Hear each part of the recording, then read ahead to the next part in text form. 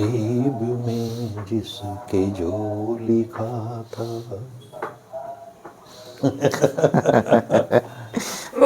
अच्छा गा रहे थे, गाओ ना। भाई इतनी दो ही लाइन नहीं आती, नहीं रिपीट करता रहूँगा बार बार। ऐसे लग रहा है जैसे मोदी जी के लिए है ना, मोदी जी ट्रम्प के लिए गा रहे हैं, ऐसा लग रहा था। वो तो ये गाएंगे, वो गाएंगे तो खुश रहो हर खुशी है तुम्हारे लिए, अच्छा। छोड़ दो आंसुओं को मेरे लिए। देखिए नरेंद्र मोदी भारत के प्रधानमंत्री हैं और लगातार जो अब बयान दिया है उसने, ट्रंप ने, उससे सारी दुनिया को समझ में आ गया कि नरेंद्र मोदी की बहुत बड़ी बेइज्जती की। तो नरेंद्र मोदी का जो सही मायने में अपमान हुआ है, ये जो ट्रंप का बयान आया है कि वो मुझे खुश करने के लिए इस तरह की हरकतें करते हैं। बकौल ट्रंप अगर सरेंडर किया और इस तरह की हरकतें की हैं तो उससे हमारे प्रधानमंत्री के पद का अपमान हुआ है और उसको लेके कांग्रेस पार्टी को सड़कों पर उतर जाना चाहिए था। रिएक्ट नहीं करते हुआ, और अब उनके समर्थक ये कहने लगे हैं, आज ही मैंने एक पढ़ा था कि नरेंद्र मोदी जी बेकार की बातों में नहीं उलझते, अभी वो चुप हैं और सही मौके के इंतजार में, वो ऐसा मारेंगे बाउंड्री से पार। पहले क्या था, पहले जो वैश्विक लीडर थे वो स्टेट्समैन थे, वो प्योर पॉलिटिशियन, चुनाव जीतने वाले राजनीतिज्ञ नहीं थे। किसी भी देश के इतिहास उठा के आप देखें, बढ़िया बढ़िया लोग देश के 1960-70 से पहले जो नेतृत्व था पूरी दुनिया का, वो बहुत ही लर्नेड लोगों के हाथ में था, ऐसे लोगों के हाथ में था जो बहुत ईमानदारी से अपने देश की जनता का भविष्य संवारने में लगे हुए थे, आने वाली पीढ़ियों के लिए काम कर। और कहते हैं नेहरू जब जापान गए तो लाखों लोग बिना बुलाए उनके स्वागत में चल के आ गए थे। पहले वैश्विक स्तर के लोग, और ये तब था कि जब ये एक देश की सूचनाएं दूसरे देश तक जा नहीं रही थी, कम जाती थी, संचार के साधन बहुत कम थे। उसके बावजूद भी पूरी दुनिया में ऐसे नेताओं की, और नेता एक दूसरे की इज्जत करते थे। आप ये देख लीजिए, पूरी दुनिया का नेतृत्व इस समय दिशाहीन है। लड़ाई क्या है कि औरों का माल छीन लो। एक फायदा जो मुझे नजर आता है, हालांकि वो नेगेटिव फायदा ये है कि ट्रंप पूरी दुनिया का बादशाह बन गया, मतलब गुंडागर्दी में और इसमें अधिनायकवाद में। तो जो रीजनल लोग उभर रहे थे जी, वो शांत पड़ जाएंगे अब, क्योंकि शिखर पर तो एक ही रहेगा ना गुंडा। और अब जिससे साइंस है ना, रिलीजन और साइंस की बात होती है, साइंस भी यही चाह रही है जो धर्म चाह रहा था। लेकिन उस समय विज्ञान इसका रूप ये नहीं था वो भी विज्ञानी एक तरह का, लेकिन इस तरह की चीजें नहीं थी। तो आज भी साइंस ये क्या, आप साइंस का कोई भी इन्वेंशन आप ये देखिए, वो उसको हर दुनिया का हर आदमी इस्तेमाल कर सकता है। फॉर एग्जाम्पल आज मोबाइल जो है दुनिया के तमाम लोगों के पास में है, तो इक्वल डिस्ट्रीब्यूशन हो गया ना, यानी एक संसाधन पे सारी पूरी मानव जाति का अधिकार है। तो ये लेवलर है, समान, मतलब लोगों को समान करती। धर्म भी ये कर रहा था। हम अमेरिका से गेहूं मंगाते थे और भिखारी वाली हमारी हैसियत हो रही थी, अगर उसको उस स्थिति से हम उभरे हैं तो साइंस ने किया ना। साइंस ने कल रिलायंस को कितना बड़ा झटका लगा है। मतलब ब्लूमबर्ग ने रिपोर्ट छापी कि जो तेल के 3 जहाज चले हैं अंबानी ने लिए, अंबानी को एकदम रातों रात चिट्ठी जारी करनी पड़ी, अमेरिका को ये कन्विंस करना पड़ा कि जी हमने नहीं लिए, हमारे तेल नहीं आया बाबू, माफ करो हमें। तो हमें ये मान लेना चाहिए कि कांग्रेस एक राजनीतिक दल के रूप में बेशक सत्ता में ना आए, लेकिन जिससे आपका साबका पड़ रहा है सिस्टम से, कल्चर से, सारा कांग्रेस से कल्चर है। थोड़े वो कॉस्मेटिक चेंज कर देते हैं, है ना। वो प्योर व्हाइट कपड़े पहनते थे, ये थोड़े से रंग बिरंगे पहनने लगे। ये इतना ही फर्क है और कुछ नहीं। खुश रहो हर खुशी है तुम्हारे लिए, छोड़ दो आंसुओं को हमारे लिए। वो कह रहे बिजली चमके तुम्हें डर की क्या बात है, रोशनी की यहीं से तो शुरुआत है, टूटना है घर तो मेरा घर तो है। खुश रहो तुम्हारा खुश रहना बहुत जरूरी है इस दुनिया के लिए। ही नाम आया नसीब में जिसके जो लिखा था।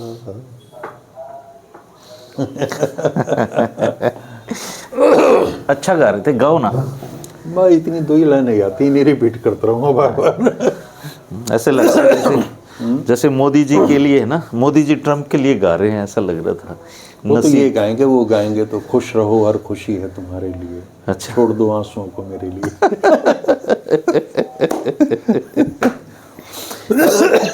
चलो आज तो बिना इंट्रोडक्शन ही काम चला लेते हैं।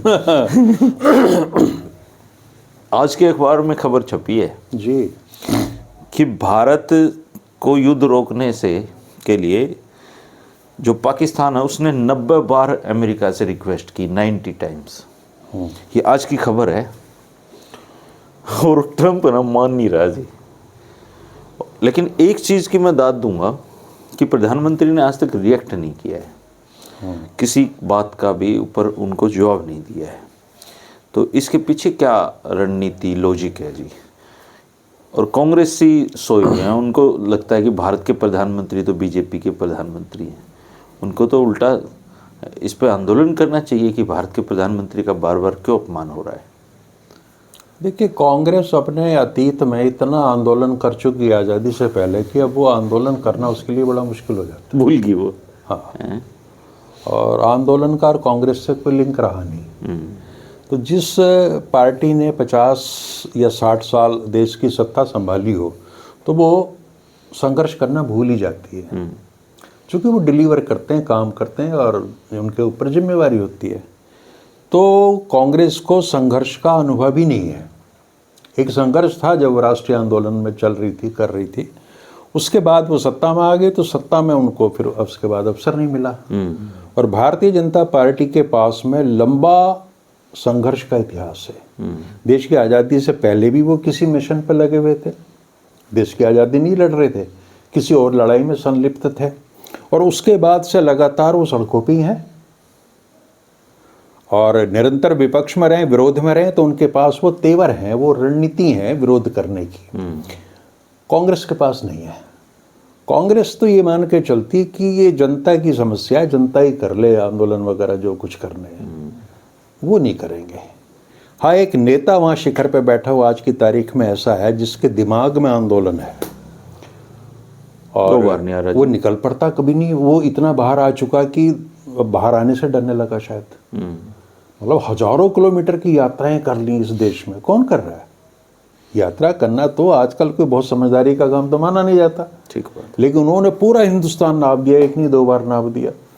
और कहाँ भट्टा परसोल से शुरू हुए थे, लेकर जो छोटी छोटी यात्राएं वो लगातार हो रही हैं। तो राहुल गांधी जिस व्यक्ति का नाम है, उसके संघर्ष में कोई कमी नहीं है, लेकिन उसके साथ दुर्भाग्य ये है कि उसके साथ कोई दूसरा नहीं है। नरेंद्र मोदी अमित शाह की जोड़ी है, राहुल गांधी की जोड़ी के कोई है दूसरा नाम? आप बता सकते हो कोई है? नहीं है जी, है ना? तो दूसरा आदमी भी नहीं है। दूसरे, राहुल गांधी जिस तरह के संघर्ष का आती है, जो चीज़ें जितनी, वो निर्भय बहुत है, डरता नहीं है। बाकी सारी कांग्रेस पार्टी डरी हुई पार्टी है, माल है ना इन सबके पास, दबाए हुए हैं सारे। तो मतलब एक आदमी क्या करे? एक अकेला चना नहीं, चना भाड़ नहीं फोड़ सकता, कुछ इस तरह की बात है। लेकिन वो भरपूर कोशिश कर रहा है और उसका उसी के बारे में लोग सोचते हैं, किसी भी कांग्रेसी के बारे में, और वो लोग नहीं सोचते राहुल गांधी के बारे में। इनको पता है सर, अब चिंतन लगातार चलता रहता है। अब ऐसा सुंदर मौका इनके पास आया था और वो जेन्युइन भी था। देखिए, नरेंद्र मोदी भारत के प्रधानमंत्री हैं और लगातार जो अब बयान दिया है उसने, ट्रंप ने, उससे सारी दुनिया को समझ में आ गया कि नरेंद्र मोदी की बहुत बड़ी बेइज्जती की है। लेकिन भारतीय जनता पार्टी या खुद नरेंद्र मोदी की समझ में नहीं आ रहा कि मेरी बेइज्जती हुई है। मतलब आप जिसकी चिंता कर रहे हो, अगर उसे चिंता ही नहीं है तो आप क्या करोगे? तो नरेंद्र मोदी का जो सही मायने में अपमान हुआ है, ये जो ट्रंप का बयान आया है कि वो मुझे खुश करने के लिए इस तरह की हरकतें करते हैं। मतलब एक सार्वभौम एक राष्ट्र है, इतना बड़ा, 145 करोड़ की आबादी है, और उसका प्रधानमंत्री अगर किसी देश के राष्ट्रपति यानी ट्रंप को उसकी मतलब खुशामद कर रहा है, ये तो ट्रंप ने कहा ना, मोदी जी ने तो नहीं कहा ना। नहीं, तो वो ट्रंप भी कहेगा, चूंकि इन्होंने करी होगी उसकी, तो और कौन कहेगा? ट्रंप ही कहेगा ना, है ना? तो ये एक ऐसा मौका था कि कांग्रेस पार्टी को ये कहना चाहिए था आगे बढ़ के कि नरेंद्र मोदी से हमारा वो एक व्यक्ति के रूप में अलग चीज़ है, लेकिन वो भारत के प्रधानमंत्री हैं, और भारत के प्रधानमंत्री ने बकौल ट्रंप अगर सरेंडर किया और इस तरह की हरकतें की हैं, तो उससे हमारे प्रधानमंत्री के पद का अपमान हुआ है, और उसको लेके कांग्रेस पार्टी को सड़कों पर उतर जाना चाहिए था प्रधानमंत्री के सम्मान के लिए। कि भारतीय जनता पार्टी बचाव की मुद्रा में आती है, लोग उसकी तारीफ करते। लेकिन अब ये तो पता नहीं है ख्याल उनके दिमाग में क्यों नहीं आते इस तरह के। और अगर भारतीय जनता पार्टी विरोध में होती है और कोई भी छोटी मोटी घटना हो जाती, तो अब तक इतनी ठंड पड़ रही है, इसमें पुतले जला जला के वो गर्मी पैदा कर देते। अब ट्रंप के ही पुतले जला दो। भाजपा के लोग हमें आके बताते हैं कि इन मूर्खों को तो समझ ही नहीं है, बोले हम इतनी गलतियां करते हैं, इनसे पकड़ी नहीं जाती कोई भी।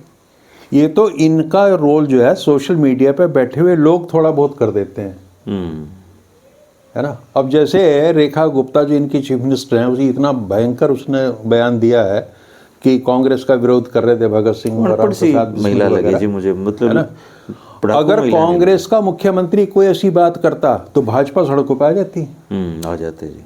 लेकिन ये पता नहीं कितने महान लोग हैं कांग्रेस के, या तो वो इन चीज़ों पर गौर नहीं करते या सोचते हैं कि भाई कोई फर्क नहीं पड़ता इन बातों से। लेकिन इतने ज़्यादा गांधीवादी होके आप इस देश की राजनीति को संचालित नहीं कर सकते। तो कांग्रेस से अगर हम ये उम्मीद कर रहे हैं कि वो आंदोलन के मूड में आएगी या कुछ करेगी, तो वो अब संभव नहीं है। हालांकि मनरेगा पर कुछ बना है उनका प्रोग्राम कि वो करेंगे, लेकिन उसके अंदर भी ना वो चीज़ नहीं है। और भारतीय जनता पार्टी सत्ता में रहते हुए भी लोगों के बीच में कोई ना कोई उनका आंदोलन मुद्दा चलता है। और नहीं तो मूर्ख बनाने की प्रक्रिया जारी रखते हैं जी, अपना कुछ ना कुछ करते रहते हैं वो। और जहाँ तक नरेंद्र मोदी जी के रिएक्शन की बात है, वो रिएक्शन अपनी सुविधा के अनुसार करते हैं। वो ट्रंप को जवाब नहीं देंगे कभी भी। इसकी क्या क्या मजबूरियाँ हो सकती हैं?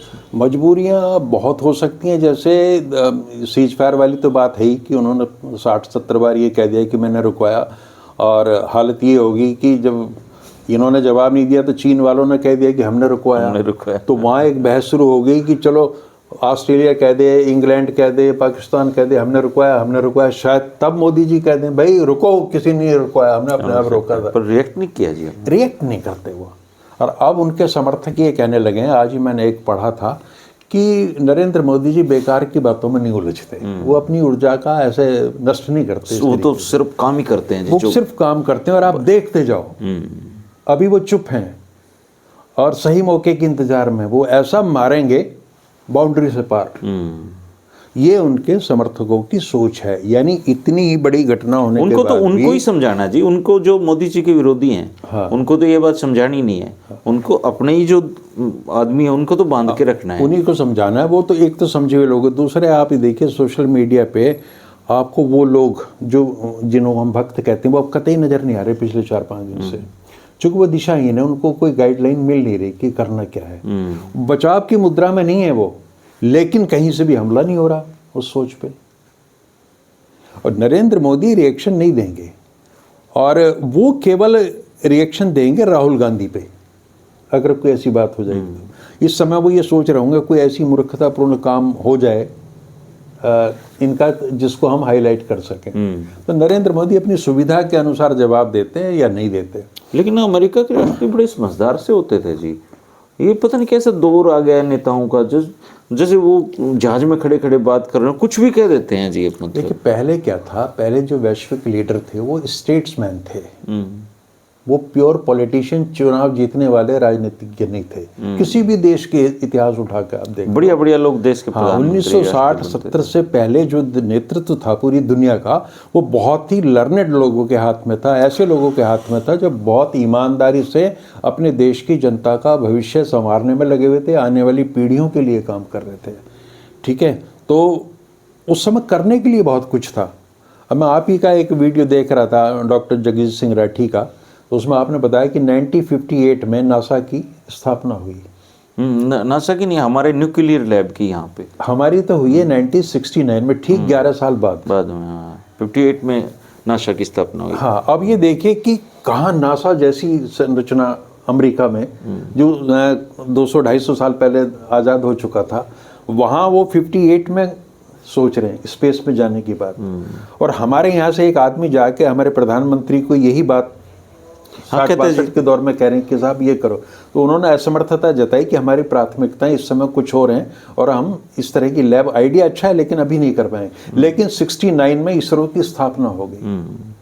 47 में आज़ाद हुआ देश, 200 साल तक जिसका ब्रिटिश राज ने दोहन किया, वो 1969 में इसरो के साथ आ गया। अब सोच के देखिए कि कितना दूरदर्शी नेतृत्व था उस समय का। दुनिया भर के एम्स, IIM, IIT, इनकी अगर आज का नेतृत्व होता तो ये चीज़ें आनी नहीं थी कभी भी। ठीक बात है। तो वो उनके पास में चीज़ें थी। नेहरू उस समय जैसे गुटनिरपेक्ष आंदोलन के नेता बने, मार्शल टीटो बने, नासिर बने, और उस पूरी आप जमात उठा के देख लीजिए, वो नेता हैं जिन पे हमें गर्व होता है, जिसको दुनिया को उन पे दुनिया नेता मानती है। आज अगर प्रधानमंत्री गए थे जापान में, तो जापान के किसी साहित्यकार ने, बहुत बड़े आदमी ने, नेहरू जी की तारीफ उनके सामने की।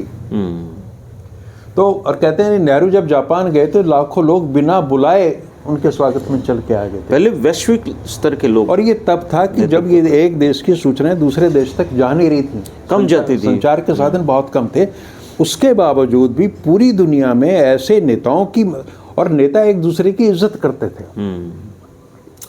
आज सारी स्थितियां बदल गई हैं।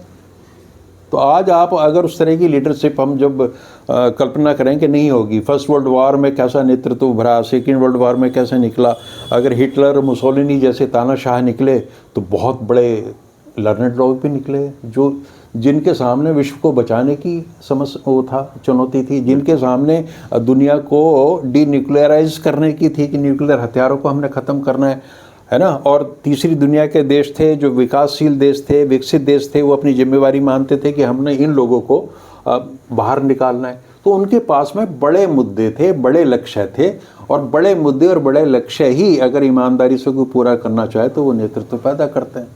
जिनके पास करने को कुछ नहीं है तो इसी तरह की हरकतें करेंगे जैसी अब हो रही हैं। आप ये देख लीजिए, पूरी दुनिया का नेतृत्व इस समय दिशाहीन है। लड़ाई क्या है कि औरों का माल छीन लो। अमेरिका ये कह रहा है कि दक्षिण अमेरिका में जितने भी ऐसे देश हैं, लैटिन अमेरिका में, जिनके पास संसाधन है, रिसोर्सेज हैं, अभी देखिए सर, उनके घर से उसकी बीवी के साथ उसको गिरफ्तार करके लाए। हाँ, तो उनका लक्ष्य ये है कि उन संसाधनों पे हमारा कब्जा हो जाए। और एक पूरी दुनिया में एक चीज़ धर्मेंद्र जी जो मैं थोड़ा समझ पाया हूँ वो ये हो रहा है इस समय कि अमेरिका, रूस और चाइना में एक सहमति हो गई है कि चीन के लिए उन्होंने कह दिया कि तू ताइवान को हड़प ले, या आसपास को जो एरिया तुझे ले रहा है, जहाँ रिसोर्सेज हैं तेरे, वो ले ले। रूस को कह दिया कि तू यूक्रेन वाला ले ले, और अमेरिका कहता है कि मेरा जी करेगा मैं ले लूँगा, जब मैं ले लूँगा। पूरे पश्चिमी गोलार्ध पे राज करना चाह रहा है अमेरिका, मोटा मोटा ये है, क्योंकि बिना मकसद के तो इस तरह की चीजें होती नहीं है। और ट्रंप इस दादागिरी का जीवंत प्रतीक बन के उभरा है इस समय। ट्रंप एक मतलब गैंगस्टर टाइप है, वो गैंगस्टर लीडर है, उस तरह का लीडर नहीं है वो, he is not a leader, लेकिन बस ताकतवर है। लीडर तो था भी नहीं सर, वो कोई चुनावी राजनीति से निकला हुआ आदमी नहीं है। आप ये देखिए ना कि मान लिया कोई शहर है, छोटा सा भारत के किसी शहर की हम कल्पना करें, उसमें तरह तरह के लोग हैं, मतलब उसमें व्यापारी भी हैं, किसान वर्ग के लोग भी हैं, मजदूर भी हैं, एकेडमिक्स भी हैं, पढ़ाने लिखाने सारी चीज़ें हैं, लेकिन वहाँ कोई अचानक ऐसा गुंडा पैदा हो जाए जिसके पास बहुत सारा धन भी हो, दादागिरी भी हो, लोग भी हों, और वो शहर पे कब्जा कर ले, वो शहर की पहचान बन जाए। तो ये जो लोग हैं इन्हें तो कोई तजर्बा नहीं है ना इन चीज़ों का, कि कैसे डील करेंगे, तो वो शहर जो है गुंडे के नाम लिख दिया जाएगा। तो ये पूरी की पूरी दुनिया इस समय गुंडे के नाम पे लिखी गई है। ट्रंप ना तो ज़्यादा पढ़ा लिखा है, ना उसको समझ इन चीज़ों की, केवल उसने एक टैरिफ को अपना वेपन बना लिया कि ये लगा दूंगा। उसके देश में भी बहुत विरोध होता है। मजे की बात यह है कि अमेरिका जो एक दौर में पूरी दुनिया को सिविलाइज्ड करने चला था, समझाने चला था कि हम सारी दुनिया को खूबसूरत बनाएंगे, अब वो अमेरिका पूरी दुनिया को तबाह करने पर लगा हुआ है। इसका एक फ़ायदा जो मुझे नज़र आता है, हालांकि वो नेगेटिव फ़ायदा ये है कि ट्रंप पूरी दुनिया का बादशाह बन गया, मतलब गुंडागर्दी में और इसमें अधिनायकवाद में, तो जो रीजनल लोग उभर रहे थे जी, वो शांत पड़ जाएंगे अब, क्योंकि शिखर पे तो एक ही रहेगा ना गुंडा, शहर में तो एक ही गुंडा। हाँ, तो दूसरा एक जो अनएक्सप्लोर्ड है वो किम जोंग रह गया, ये कोरिया वाला। अभी इसका पता नहीं कि खोखला है या उसलिए क्या है, लेकिन डरा रखा भाई ने। पूरा ट्रंप से कम थोड़ी है जी, नहीं सब डरते हैं उससे, पता नहीं वो क्या करके बैठ जाए। तो एक चुनौती वो रह गई है, अदरवाइज तो ट्रंप ने तो पूरा ये तय कर लिया है कि वो, ये भी मुझे तो डाउट है कि ये जो 2 टर्म वाला अमेरिका में सिस्टम चल रहा है कि इसको ना उलट दे वो। हाँ भाई, इतना योग्य आदमी 3-4 बार भी बन सकते हैं भाई। अब जैसे वेनेजुएला पे हुआ, वो कहते हैं कि कांग्रेस की मंजूरी लो, सेनेट वगैरह को लेता ही नहीं, वो ना पार्लियामेंट की सुनता, वो कहता मैं तो अपने मन की करूंगा, जिससे रोका जाए रोक लो, मैं नहीं रुकता भाई। तो यही तो गुंडागर्दी है, मनमानी, और यही इसी सोच का नेतृत्व बताओ कहाँ नहीं है दुनिया में, बता दो आपके देश में नहीं है, यही चल रहा है, अगला नहीं सुनता किसी। आपने इससे पहले कभी जिंदगी में ये ज्ञान आया आपको कि गाय, एक मिथुन होती है और एक गाय होती है, क्या पता चला आपको इस बात का? किससे? देखिए, गाय तो पता नहीं कितने प्रकार की होती हैं दुनिया भर में, लेकिन जो काऊ है ना, वो एक ही तरह की होती है। हाँ, आज ही इनके मंत्री हैं किरण रिजिजू, उन्होंने फोटो डाला एक्स पे और कहा है कि दिस इज मिथुन नॉट काऊ। और खास बात यह है कि ये उनका राजकीय पशु है, यानी कि वो राजकीय पशु को खा सकते हैं। ये किरण रिजिजू से पहले जो है भारतीय जनता पार्टी के जो सुधांशु त्रिवेदी हैं, उन्होंने बहुत ही कहा उनके था, ज्ञानी वो हैं प्रवक्ता, उन्होंने ये कहा था कि जो गाय है वहाँ नॉर्थ ईस्ट में, वो गाय नहीं है, वो मिथुन है। यानी उसको खाए जाने की बीफ के नाम पे अनुमति दी जा रही थी सुधांशु त्रिवेदी और उनकी पार्टी की विचारधारा के द्वारा। और लेकिन भारत का आदमी जो है वो देखिए दो ही चीज़ें, या तो गाय को जानता है, भैंस को जानता है। और जो मिथुन है, जो भी आप बता रहे हैं, ये भैंस जैसी भी नहीं है लगती शायद, इसमें गाय जैसी ज़्यादा लुक किसकी आएगी है ना। तो ये बहुत तो थोथे मतलब एग्जाम्पल। गाय को अगर माँ मानते हैं तो माँ तो काली भी हो सकती है, माँ तो गोरी भी हो सकती है। देखिए ना, गाय तो माँ है, माँ तो धरती भी है, पूरी धरती माँ है, गाय भी उसी में से निकली है। तो क्या मतलब जहाँ तक हमारी सीमा है भारत की, वहीं तक माँ पवित्र है, या जो पाकिस्तान में थोड़ा हिस्सा जा रहा है, या बांग्लादेश में जा रहा है, या कहीं और जा रहा है, पवित्र हो जाती है। तो या तो हम माँ का भी विभाजन हमने कर दिया कि हमारे भूगोल को जो सीमित कर रही है धरती, वो हमारी माँ। नहीं, हमारी कॉन्सेप्ट तो वसुधैव कुटुंबकम का ही था सर। हाँ, तो वही तो मैं कह रहा हूँ कि देखिए भगवान ने जिस समय इंसान को यहाँ भेजा तो वो तो को आधार कार्ड दे के भेजता नहीं, उसके लिए तो सब लोग धरती पे जन्म ले रहे हैं। पर ये नफरतें फैलती जा रही हैं, उसका परिणाम ये है सर कि बांग्लादेश में जहाँ हिंदुओं के साथ अत्याचार होता है तो कहीं मुसलमानों के साथ हो जाता है। ये नफरतें फैल रही है जी दुनिया में। ये तो होगा कि धर्म जो है, देखिए बना तो था एक बड़े मिशन को लेके कि आपने मनुष्य को सुसंस्कृत करना था, सुसभ्य करना था, और मकसद ये था कि लोग सब प्रेम से रहें। लेकिन धीरे धीरे उसमें डिक्लाइन हुआ सारी चीज़ों का। और अब जिससे साइंस है ना, रिलीजन और साइंस की बात होती है, साइंस भी यही चाह रही है जो धर्म चाह रहा था। लेकिन उस समय विज्ञान इसका रूप ये नहीं था वो भी विज्ञान ही एक तरह का, लेकिन इस तरह की चीज़ें नहीं थी। तो आज भी साइंस ये क्या, आप साइंस का कोई भी इन्वेंशन आप ये देखिए, वो उसको हर दुनिया का हर आदमी इस्तेमाल कर सकता है। फॉर एग्जाम्पल आज मोबाइल जो है दुनिया के तमाम लोगों के पास में है, तो इक्वल डिस्ट्रीब्यूशन हो गया ना, यानी एक संसाधन पे सारी पूरी मानव जाति का अधिकार है। तो ये लेवलर है, समान मतलब लोगों को समान करती। धर्म भी यही कर रहा था। तो धर्म के जो मौलिक उद्देश्य थे उनकी पूर्ति ही विज्ञान कर रहा है, लेकिन वो कर तब रहा है कि वो वजह बता रहा है। देखिए धर्म ने गरीबी दूर नहीं की। अगर इंसानियत की दुनिया भर के देशों की गरीबियां दूर हुई हैं तो उसमें साइंस का सबसे बड़ा कंट्रीब्यूशन है। अगर हम अमेरिका से गेहूं मंगाते थे और भिखारी वाली हमारी हैसियत हो रही थी, अगर उसको उस स्थिति से हम उभरे हैं तो साइंस ने किया ना। साइंस ने किया, नए बीज आए, फर्टिलाइजर्स आ गए, ट्रैक्टर्स वगैरह आ गए, तो सारी चीज़ें बदल दी। तो विज्ञान अपना प्रभाव इस तरीके से डाल रहा है कि सारा जीवन ही बदल दिया उसने। विज्ञान ने दुनिया इतनी छोटी कर दी कि आप ग्लोबल विलेज की बात करने लगे।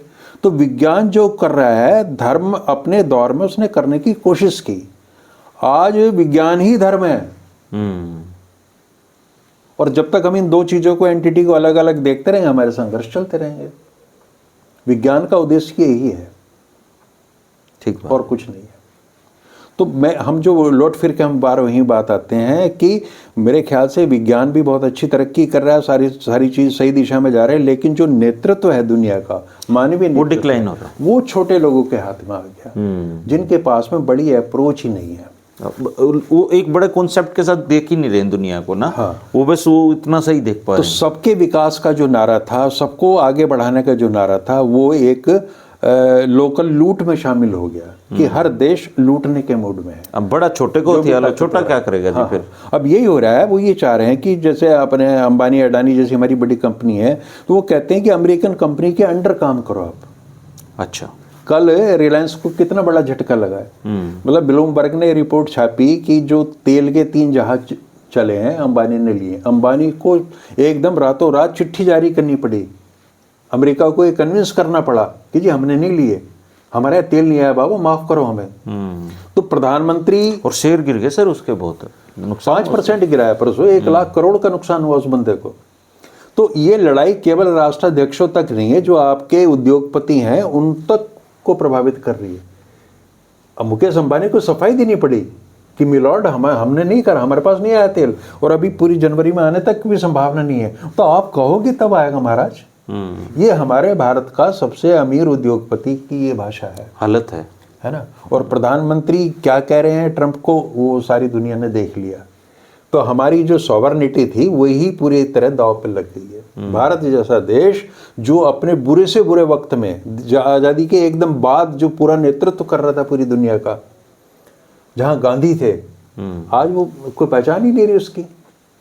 अब भी आप देख लो सर, वैश्विक स्तर पे चाहे मतलब मोदी जी देश में नेहरू जी को कोसते रहते हों, लेकिन अगर आप तक की पूरी नहर की ये पूरी लिस्ट देखें, इसमें हमारे पास एकमात्र नेहरू ही ऐसे हैं जिनको पूरी दुनिया में पहचान मिली सर, और उनका मुकाबला भी नहीं कर पाया कोई। बिल्कुल। तो देखिए, नेहरू को इस देश में भारतीय जनता पार्टी मान्यता दे या न दे, एक वैश्विक मान्यता उनकी है। उनके बारे में दुनिया इनको उल्टा करना ये चाहिए था सर कि नेहरू को कोसने की बजाय नेहरू को ही हथियार लेते जी। नेहरू को जैसे पटेल को हथियाना, ऐसे नेहरू को हथियार लो। पटेल को तो हथियाना, आप ये देखो ना, पटेल ने आरएसएस पे बार बार बैन लगाए, देश की आज़ादी के बाद भी लगाए, इसलिए पटेल को तो अपनाना मजबूरी थी, क्योंकि पटेल ने तो इनकी ऐसी तैसी की हुई थी ना पूरी तरीके से। नेहरू नहीं सोचते थे, पटेल ने ही जितना कुछ किया है, इनका नुकसान क्या सारा का सारा। लेकिन इससे क्या सिद्ध होता है कि ये असल में लटके यार हैं, बातों के नहीं है, बातों के नहीं है। नेहरू इस तरीके से बिहेव नहीं कर सकते थे।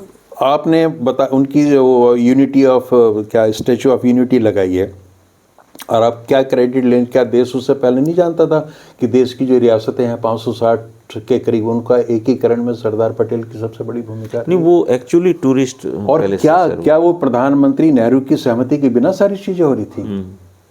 ना, उनको नहीं पता था जी, वो तो सो रहे थे बेचारे। क्या नरेंद्र मोदी ये मानते हैं कि राजनाथ सिंह या और मंत्री सारे काम कर लेंगे उनकी अनुमति के बिना? तो जो कुछ सरदार पटेल ने अचीव किया भारत के लिए, उसमें नेहरू की पूरी सहमति थी। नेहरू के अलावा पूरे कैबिनेट की सहमति थी। लेकिन इन्होंने इनका तो तरीका ये है कि निकालो उसमें से, बीच में से। लाल बहादुर शास्त्री को भी निकालने की इन्होंने कोशिश की थी ईमानदारी के नाम पे, लेकिन ये बेचारे निकाल नहीं पाए। कल मैं एक इंटरव्यू देख रहा था, धर्मेंद्र जी, बड़ा अच्छा इंटरव्यू था। तो उसमें ये कह रहे थे कि गोविंदाचार्य से कुछ लोग पत्रकार बैठे हुए थे, और गोविंदाचार्य से उन्होंने पूछा कि साहब इस तरीके से 91 की बात है कि आप तो कांग्रेस को रिप्लेस कर दोगे? तो उन्होंने कहा हंसते हुए कि नहीं, we shall be the next Congress. हम अगली कांग्रेस होंगे। और अटल जी कह चुके हैं कि सत्ता में भैया कोई फर्क नहीं पड़ता, सत्ता का चरित्र एक जैसा रहता है। और फिर वो उनकी शरद जोशी वाला जो मुझे बयान याद आ जाता है कि इस देश में कांग्रेस कभी खत्म नहीं होगी, जो भी पार्टी आएगी वो कांग्रेस हो जाएगी, क्योंकि कांग्रेस एक कल्चर है, संस्कृति है। तो हमें ये मान लेना चाहिए कि कांग्रेस एक राजनीतिक दल के रूप में बेशक सत्ता में ना आए, लेकिन जिससे आपका साबका पड़ रहा है सिस्टम से, कल्चर से, सारा कांग्रेस से कल्चर है। थोड़े बहुत कॉस्मेटिक चेंज कर देते हैं, है ना। वो प्योर व्हाइट कपड़े पहनते थे, ये थोड़े से रंग बिरंगे पहनने लगे, है ना। ये इतना ही फर्क है और कुछ नहीं। माहौल वही है। कौन सा गाना था जो मोदी जी ट्रम्प के लिए गाएंगे, अगर गाएंगे तो? खुश रहो, हर खुशी है तुम्हारे लिए, छोड़ दो आंसुओं को हमारे लिए। वो कह रहे बिजली चमके तुम्हें डर की क्या बात है, रोशनी की यहीं से तो शुरुआत है, टूटना है घर तो मेरा घर तो है? खुश रहो तुम्हारा खुश रहना बहुत जरूरी है इस दुनिया के लिए। दोस्तों, इस दुनिया के लिए ट्रम्प का खुश रहना बहुत जरूरी है। और ये जो समय है, ये वैश्विक स्तर पे ही ऐसे नेताओं का दौर है दोस्तों, जिनको दुनिया से कोई लेना देना नहीं है, वो खुद तक सिमटे हुए लोग हैं, और इसकी वजह से इस पूरी दुनिया में नफ़रत का एक माहौल, डर का एक माहौल पैदा हो गया है। लेकिन ये क्षणिक होता है, एक टर्म विशेष के लिए होता है। अमन और चैन कायम होगा, अच्छी लोग दुनिया में अभी हैं, अच्छा नेतृत्व अभी बाकी है, और एक टाइम पीरियड के दौरान ऐसी ऐसी चीज़ें इतिहास का पार्ट बन जाती हैं। लेकिन हम सबको नफ़रत की जगह प्रेम करना सीखना होगा। और कांग्रेस कभी नहीं मर सकती, क्योंकि जो भी राजनीतिक पार्टियां होती हैं उनका कांग्रेसीकरण हो जाता है भारत में। आप इस बारे में क्या कहेंगे, कमेंट करके बताना। सर्दी बहुत पड़ रही है, थोड़ा संभल कर रहिए, रजाई में घुसे रहिए और आराम से वीडियो देखिए, गाजर पाक खाइए। शुक्रिया, नमस्कार। नमस्कार।